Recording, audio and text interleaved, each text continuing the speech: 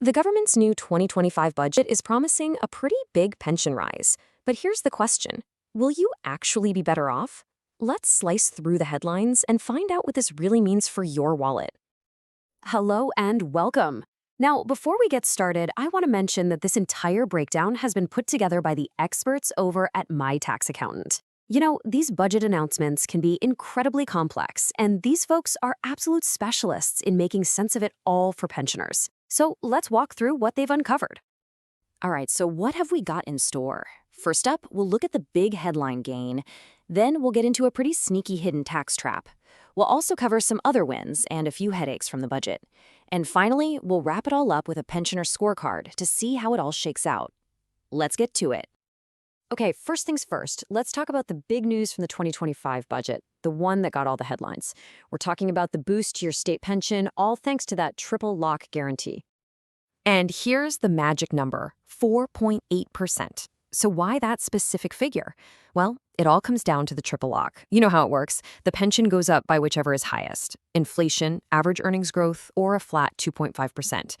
This time around, earnings growth was the winner, which means a nice above-inflation bump for pensioners starting in April 2026.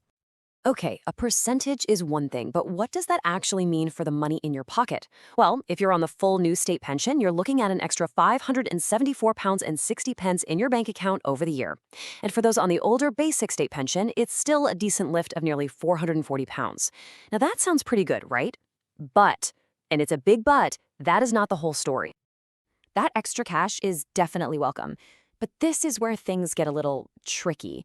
It's that classic case of giving with one hand, you know the rest. Seriously, stay with me here, because what comes next is the part that might just catch you by surprise.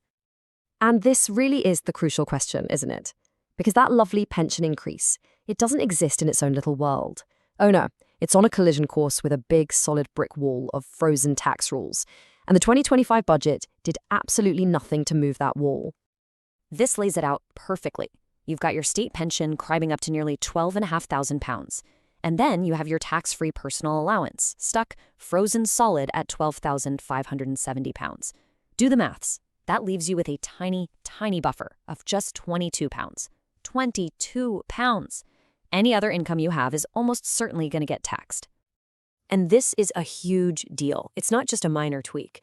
As the money expert Martin Livis puts it, and he's spot on, the next pension rise will almost certainly push the state pension over that tax-free threshold. Think about that. For the first time in history, people whose only income is the full state pension could start paying income tax. It's a brand new tax for millions. Okay, so here's your pro tip, and this is really important. You have to be proactive.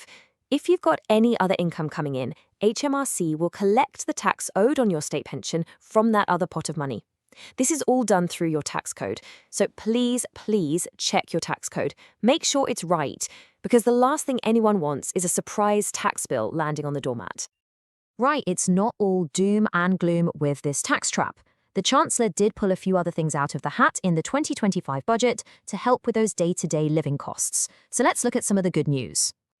First up, a bit of help with those pesky energy bills. The plan is to knock about £150 off the average household bill from April 2026. Basically, they're changing how some green projects are funded, and that saving gets passed on to you. For a lot of people, especially on a fixed income, that's a really welcome bit of breathing room. Next, a little something for anyone in England who needs prescriptions.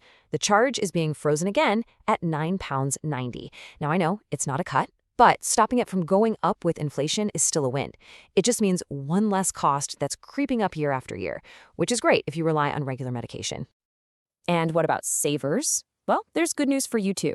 That starting rate for savings is staying put at a tax-free £5,000. This is fantastic because it means if you have a bit of a nest egg, you can earn up to $5,000 in interest without paying a penny in tax. It's a really useful allowance. Okay, so we've had the good news. Now, let's look at something else from the 2025 budget.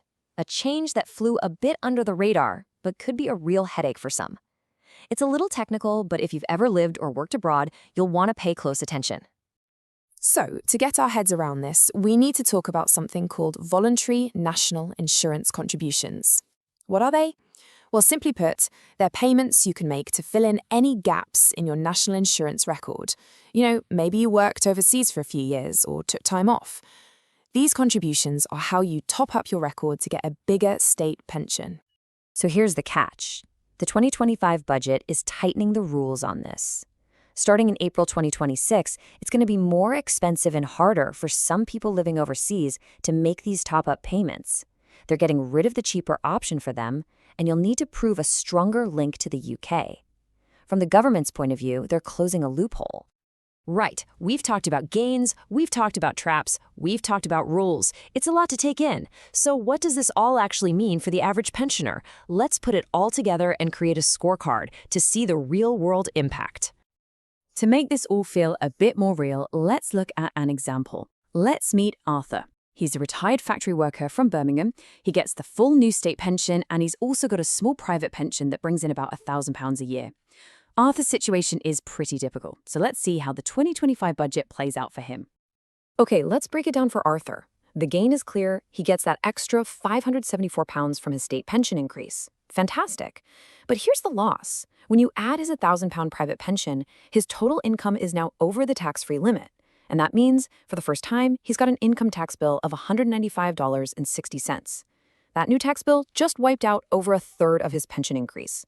The $150 energy saving helps for sure, but when you do the final calculation, he's up by about $529 for the year. So yes, he is better off, but nowhere near as much as the headline suggested. And here's a little did you know moment, because this trips so many people up. The state pension is not tax-free. It's taxable income, just like a salary. The way it works is that it uses up your tax-free personal allowance first. Then, if you have any other income at all, HMRC will collect the tax from that source by changing your tax code. And that, right there, is precisely why this frozen allowance is suddenly becoming such a big problem. So where does that leave us? What's the big takeaway? Well, the 2025 budget is a real mixed bag for pensioners. It's a classic case of swings and roundabouts. There are some definite gains on the table, but they absolutely come with some new strings attached, and you really need to be aware of them. Now, just before we wrap up, it is super important for me to say this. Everything we've talked about today is for general guidance. Your personal situation is unique, and tax rules can be incredibly complicated. So please, don't rely solely on this information to make big financial decisions. So, does this sound like you? Are you worried you might be paying income tax for the very first time? Or are you just feeling a bit confused about what all these changes mean for your retirement income? The best thing you can do is talk to the experts. To get advice that's tailored specifically to you, get in touch with the team at My Tax Accountant. They can help with this and any other tax questions you might have. Their phone number is 0208-570-8531, and the email is info@mytaxaccountant.co.uk.